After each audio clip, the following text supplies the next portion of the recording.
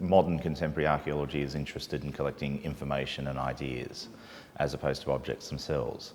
We need the material culture to actually understand the lives of the past, but this idea of being driven by collecting is not where contemporary archaeology is at. There is still a very large percentage of the population who think of the idea of collecting treasures and that kind of concept. The Indiana Jones approach of archaeology, I guess, is probably the way to think about it.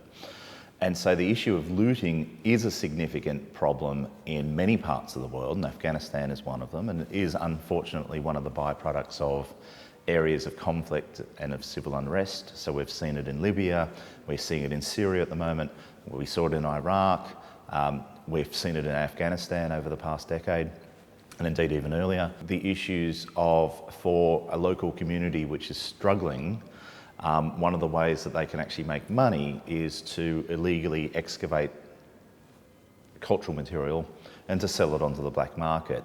And what's generally driving that black market is not cultural institutions such as museums and galleries, it's private individual collectors. And it's very similar issues to the ivory trade in Africa and so on. What we need to do is create a fundamental change in the mindset of people that archaeology is not about collecting objects, it is about collecting information. And what we want is to have material that can be accessed.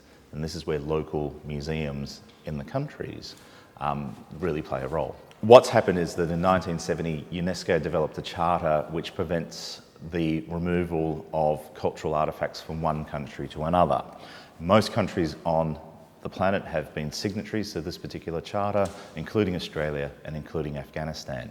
So what it means for an archaeologist such as myself working on an archaeological excavation in 2014 is that anything that I find must remain in the country where it is excavated from. And if that's an Australian archaeologist working in Afghanistan, or if that's an Afghanistani archaeologist working in Australia, the same situation applies. What's important about this is that it gives the collections and the artefacts local context as well. So it's not the idea of that colonial perspective of the 19th century of British or French or American or Russian archaeologists coming in and clearing an archaeological site and taking it all back to the Louvre or taking it all back to the British Museum, but rather it's the concept today in which foreign archaeologists from countries, including Australia, will go and work with local archaeologists to try and resolve particular historical and archaeological questions and queries. So it's much more about collaboration rather than colonisation, and that has been one of the great developments. The black market in looting objects threatens that great development that has really grown. And so it's our role as responsible citizens of the world to try and stop that black market of antiquities, that they can tell us much more by having the original archaeological context and by remaining in the country where they come from than turning up in private collections in New York or Dubai or Tokyo. More broadly, the trend across the world is towards developing small, regional, localised museums so that tourists and visitors who go to a community and go and visit an archaeological site can then see a contextualised archaeological museum next to it. And I think that's really the way of the future, so that you see the objects, you discover the information that the objects have told us, you see where the objects come from, so there is that context.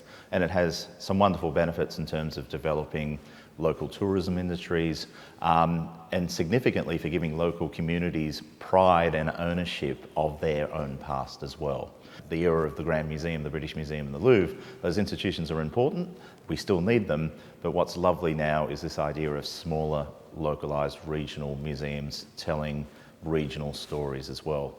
And I, for one, can't wait to be a tourist to go to Afghanistan and see some of those museums in the future.